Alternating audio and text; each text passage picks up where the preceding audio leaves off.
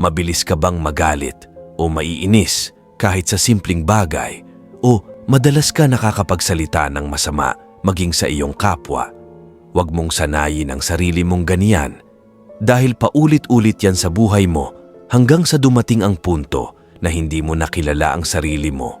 Isang bagay ang magpapabago ng buhay mo. Ang kapangyarihan ng panalangin.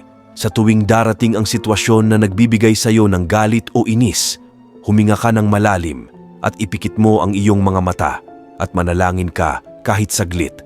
Maniwala ka, gagabayan ka ng Espiritu Santo ng Diyos.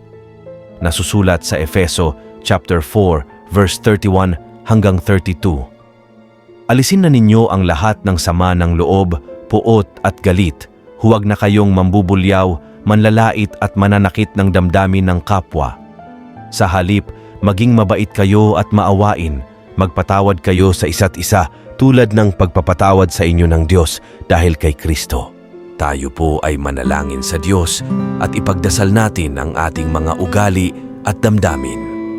Diyos Amang nasa langit, humihingi kami ng tulong mula sa iyo para sa pagbabago ng aming mga ugali at kalooban.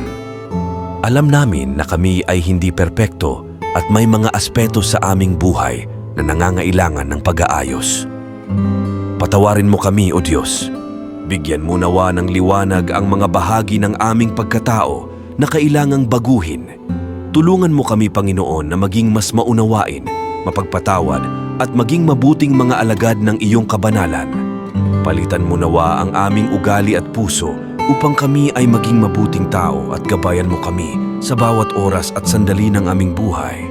Sa pamamagitan ng iyong salita at ng iyong Espiritu Santo, ituro mo nawa sa amin kung paano maging mas mabuting tao at iaalis mo ang lahat ng mapait na galit, kasamaan at kakulangan sa aming puso. Panginoon, palakasin mo ang aming mga kalooban na sundan ang iyong mga aral at maging mabuting ehemplo sa aming kapwa. Maraming salamat po sa lahat, Diyos Amang nasa langit. Ito po ay dinadaan namin sa pangalan ng iyong bugtong na anak na si Jesucristo na aming tagapagligtas. Amen.